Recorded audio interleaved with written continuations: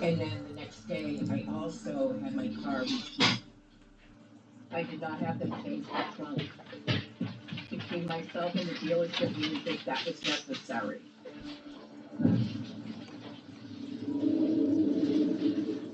Monday morning, I went to work.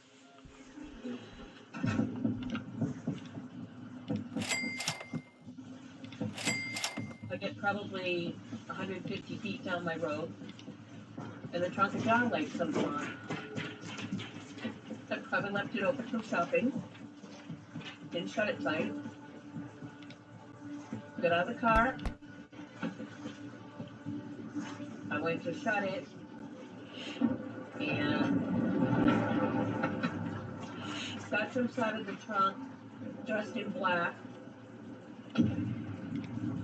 grabs me, puts the knife to my throat. I start screaming, goes, if you do that again, I'm going to cut you right here. Throws me into the passenger seat, takes off in the car, brings me to where his Jeep was parked. He goes, you're going to behave yourself, you can sit up front. We get into his Jeep, and he takes off.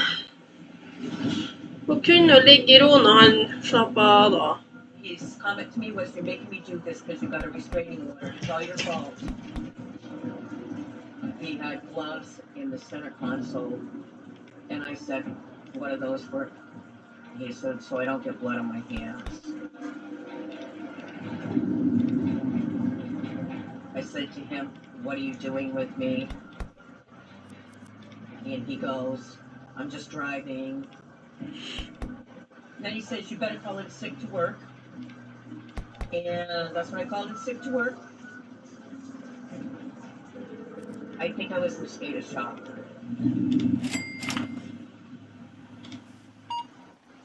I remember I called her for something, and she didn't answer. So I call again. No answer. Now I'm starting to get a little concerned. Because at this point, Karen and I had an understanding. One of us calls each other, try to get back to each other as soon as possible. When Brenna tried calling me, I said to him, I said, well, I'm going to have to answer it. And he said, you need to tell the story that I'm going to commit suicide. You're trying to get me to stop. So when I talked to Brenna, I said, I'm with Scott, and he's threatening to commit suicide. She's telling me on the phone, don't call the police. In my mind, I'm like, he's like sitting right next to her. I know he is, because I can hear in her voice.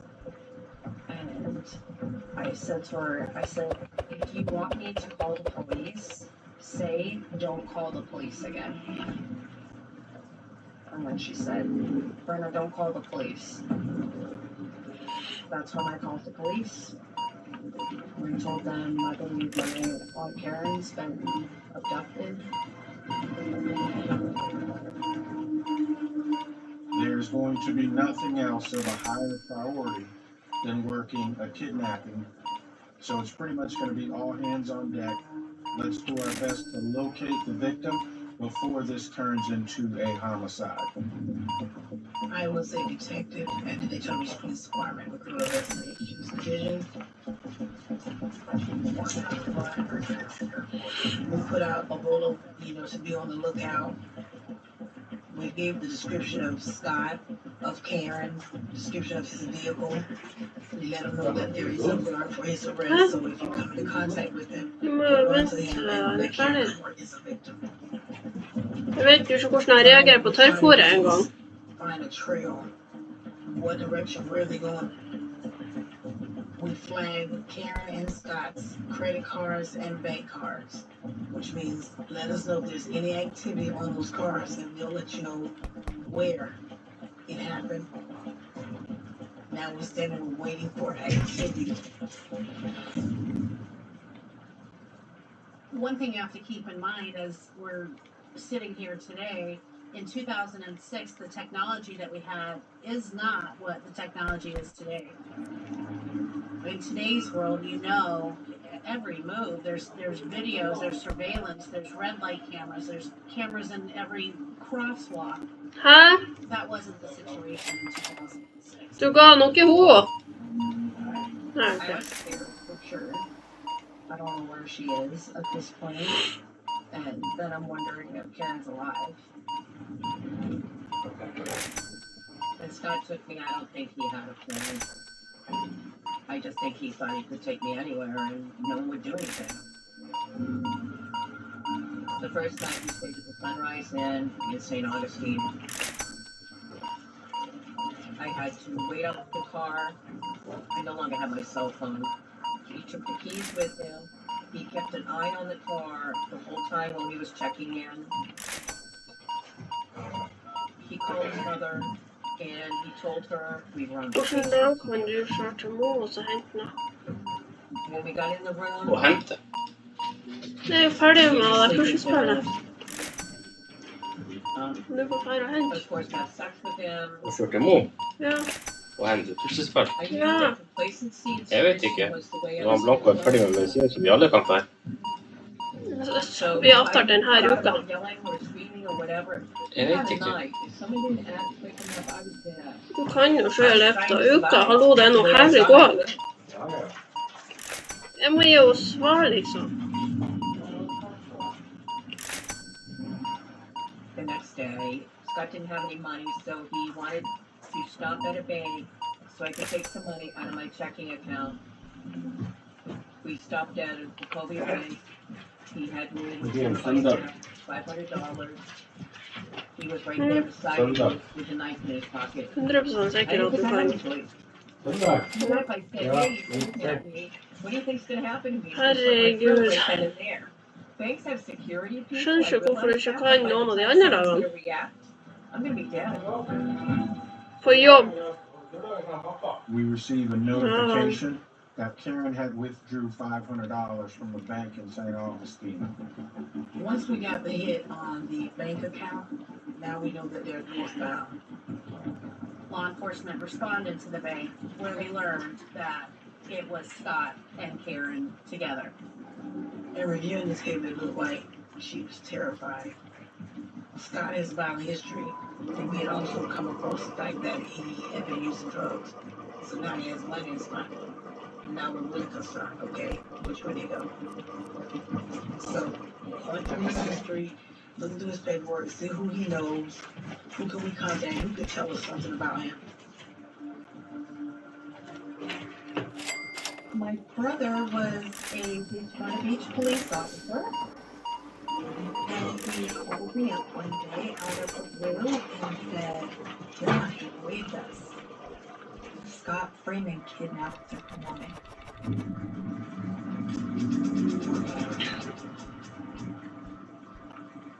Early 1990s, my girlfriend had worked at a bowling alley that had a bar that everyone would go to, and that's where I met Scott Freeman.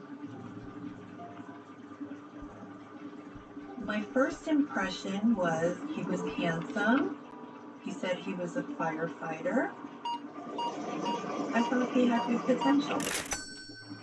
I feel like Scott love bombed me. Now, mind you, I was a young girl of 22. He was 6 years older. Scott came on really strong. And Enja, kan du legge deg ned og slappe av? Scott was very charming, and we did begin seeing each other. When I first met Scott, he was a Ocala firefighter. But Nei, that egentlig did det not var last det. long. Soon after we started dating, Scott told me he got fired from the fire department. Scott still lived at home with his mother and father, and it became apparent to me that Scott's mother paid for everything because Scott did not have a job for a long time.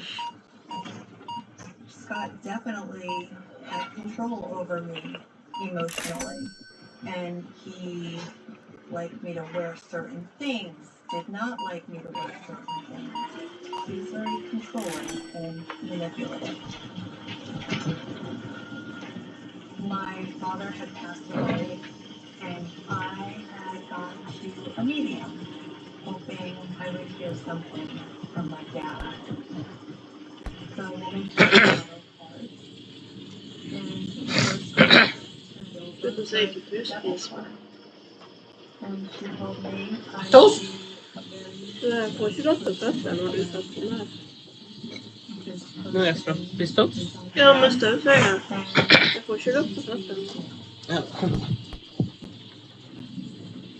Scott would have these bouts where he would disappear for days on end with no explanation. I definitely know that Scott was addicted to crack cocaine. To faces and disappearances.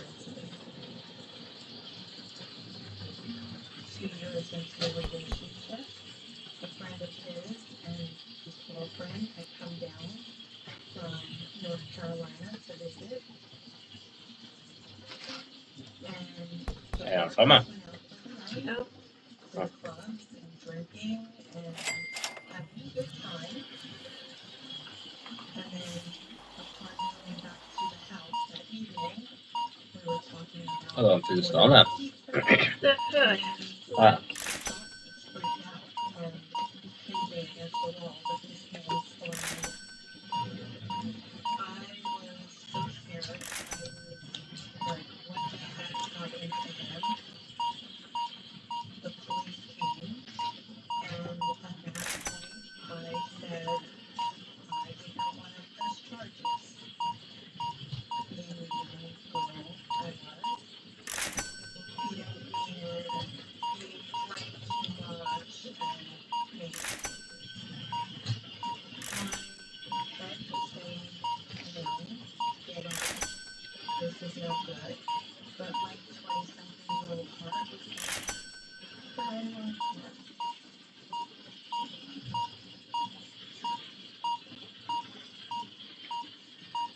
I had come home from work, and Scott was there, intoxicated, and I wanted to go out with him some more.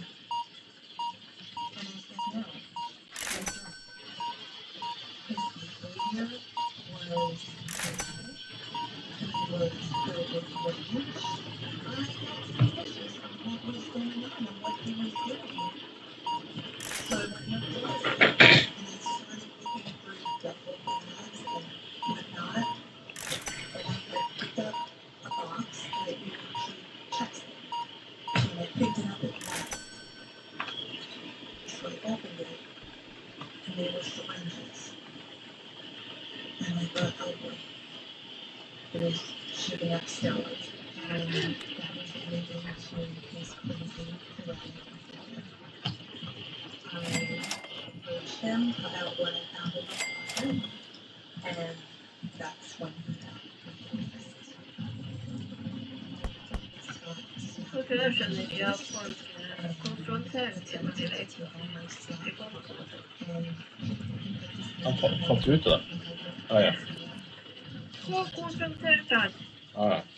Og fant det der. Ja, ja. Det er det jeg sier at jeg skjønner ikke at folk gjør det når de oppdager sånne ting. Det er bra. Hallo, hvis du bruker steroider, du tror da du vil ha drept folk, hallo, du blir jo en idiot. Det er som at du skulle ha steroider og drevet og sprøytet deg selv, og så har jeg funnet de, og så har jeg sagt til meg det, at jeg fant det her, hvorfor gjør du det? Ja, ja. Det var jo det hun gjorde. Ja, ja. Derfor sier jeg at jeg skjønner ikke at folk konfronterer de, når de vet at de er uberegnelige.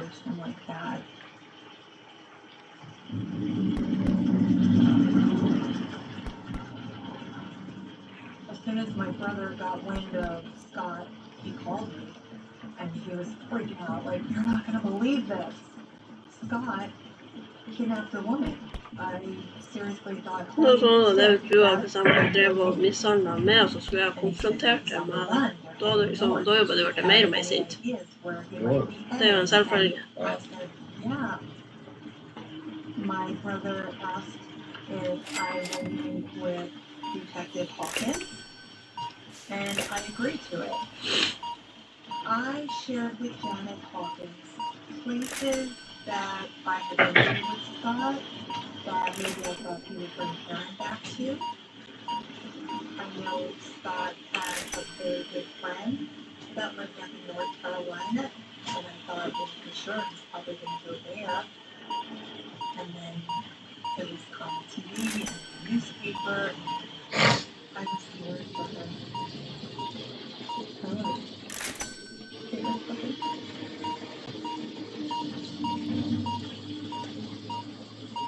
Let's say no disclosure. We say that people who fit in North Carolina were in the same situation as in St. Augustine. You think so?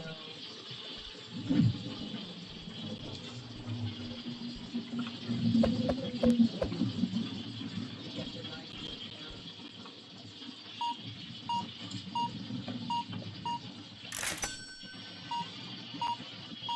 But I got to make sure that we were getting ready to leave. And I looked down and I saw it on the back. I got it stuck in my car. I don't know why I did that. I have no idea.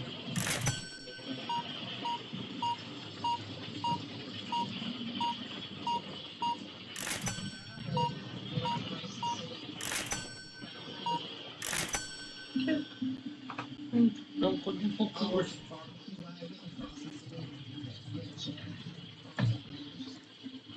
It was a typical day at the barbecue wagon. Det blir ju en kyl. Makeup. I had a little break. Alltså. After Well, my it's not brunch, really and after so heat now. I walked outside to the back door, which was Nu är det kostbart att göra like så. a quick smoke break. And that's where I was when Du skulle ge dig kyl. a vehicle pulled in. It was a dark Jeep. There was a lady got out of the passenger side and just kind of stood there. And so, you know, I gave her a friendly smile and, well, she didn't give me a friendly smile back. And honestly, I thought, what's wrong with her? She had this, I don't know, this bland look. The gentleman got out and took her by the arm, laid him in the front door, and just went back to work, just like I normally would. Okay. Went into the bathroom. I looked at my purse, and I took the pen, I wrote out the note, and it said, "My name's Santana. I've been adopted. You saw the Kentucky Police Department. Not a joke. Please be quiet." I was hoping that no one would say anything while we were in there eating. But I'm afraid that I was going to die if you found out. But the barbecue place, we stopped at a gas station, and I went in to use the bathroom. I was terrified of this guy, because he would stand outside the bathroom door while I was in there, and he would make sure that no one else was coming or going. But I left another note.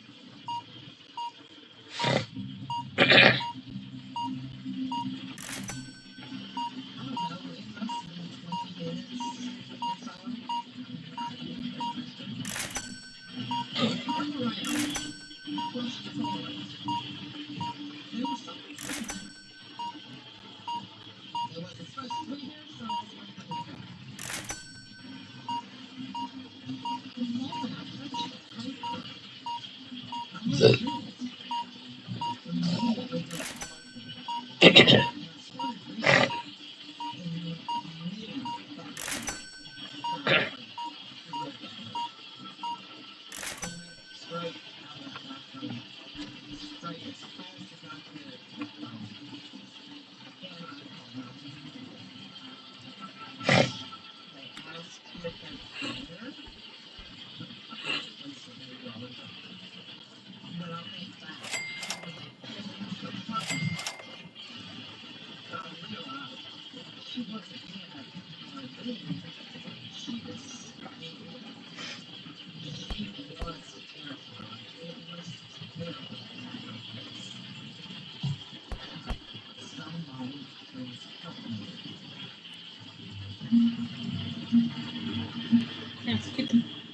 Nei, det er du ikke. Fælt inn i hånden din når du går med plunko.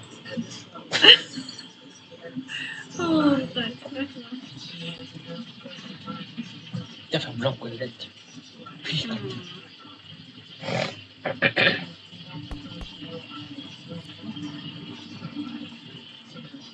Litt av ballen.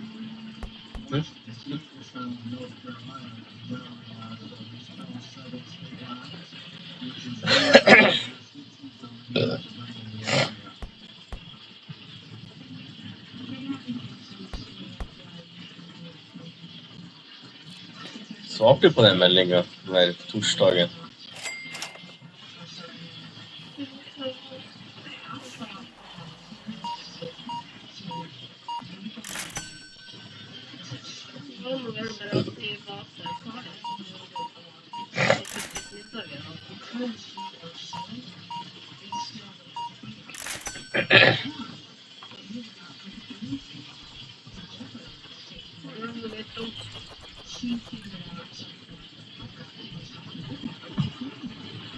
Hæ?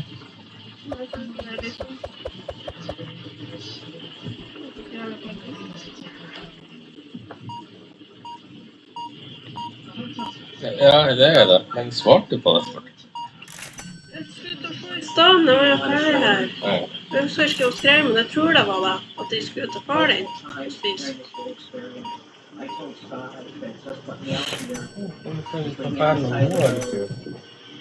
Just let me know.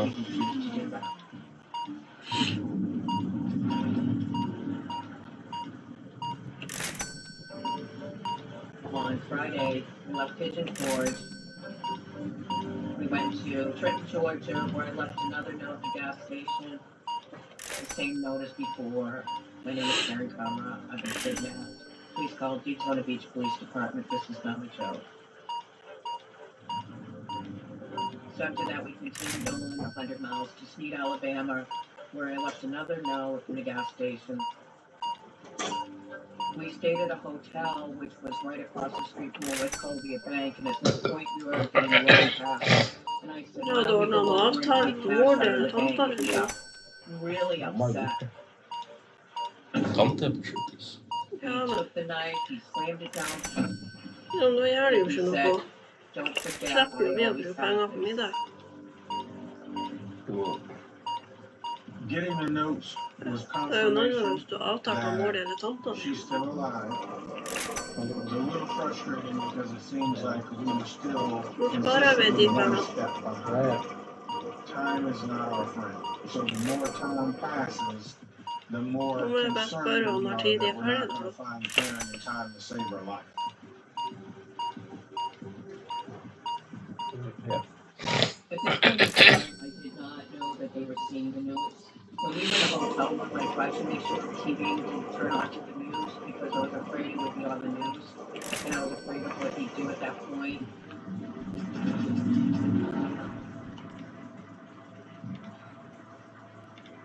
On Monday, we drove from New Albany, Mississippi to Greenville, Mississippi. Cash was getting very low. We stopped at a gas station, and as we got ready to leave, he said, "I gotta make a phone call." He went to the back of the car, and I could hear him yelling. Couldn't understand what he was saying. I wasn't sure who he was talking to.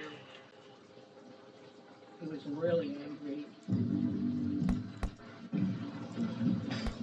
Law enforcement was monitoring Scott's parents' phone, and they were able to intercept a phone call from Scott to his mom demanding money. Honey, all I had is about 150. Well, you still have that deposit you put in?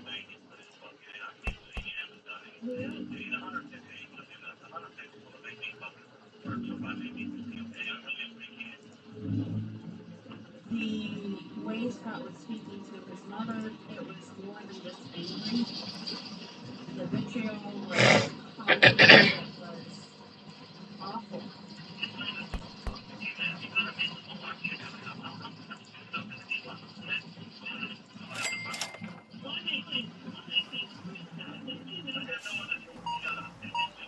When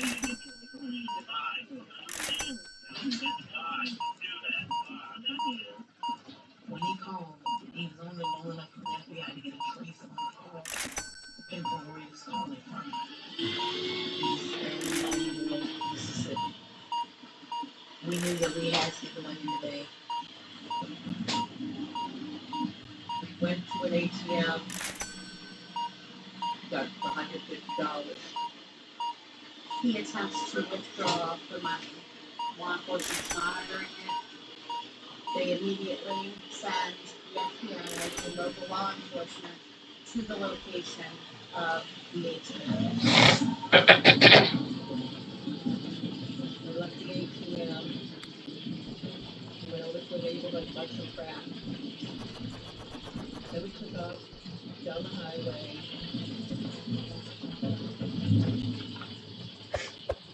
I had left home for lunch, which I sometimes do, and was sitting at the kitchen table eating a sandwich when my phone rang. And it was my supervisor.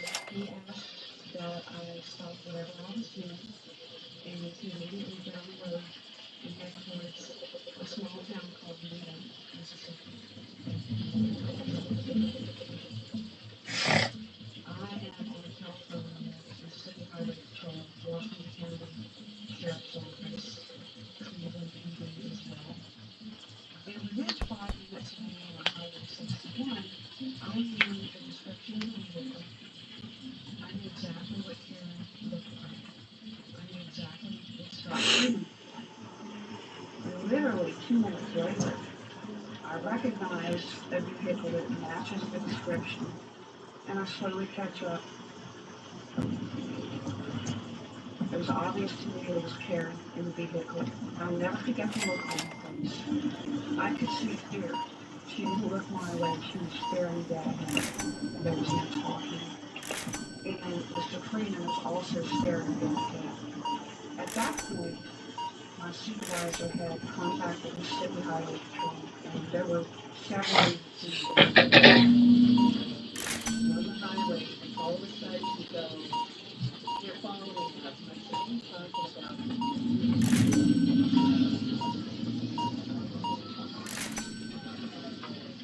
I looked up and it seemed like the road police were following us away from the light.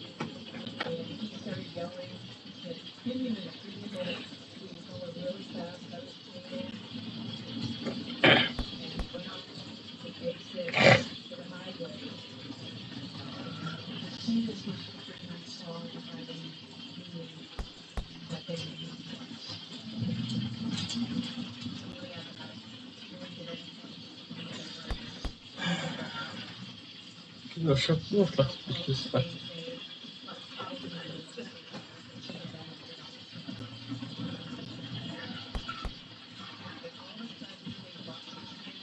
Nej, det är väl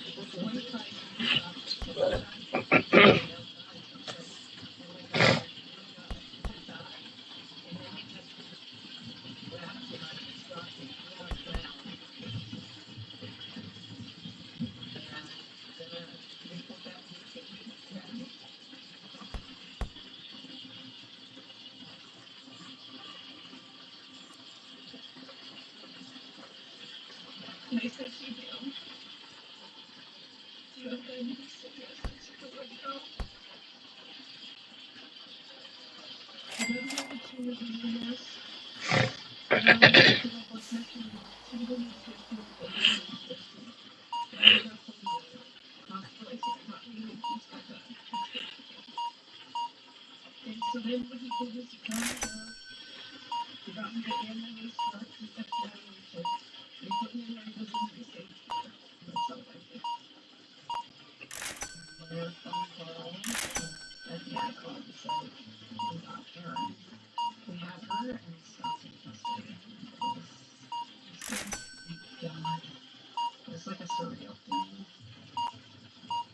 And again, everybody was so excited. It was like, really, so much so, it was very emotional. It was tears-shed. Law enforcement searched Scott's Jeep after he was in custody. They found a switchblade knife in the open position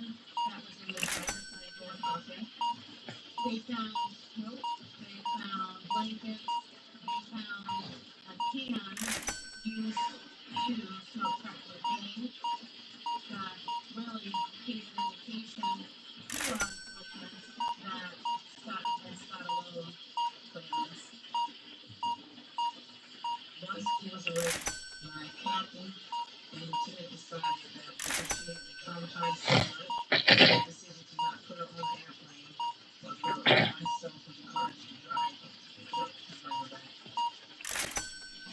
Karen feels she worn out and tired, so we just made her comfortable and go with her. The first time I saw her, and then we could make us tell her that I didn't want to let her go. Stephanie, an emotional wreck. Ja, du kändes.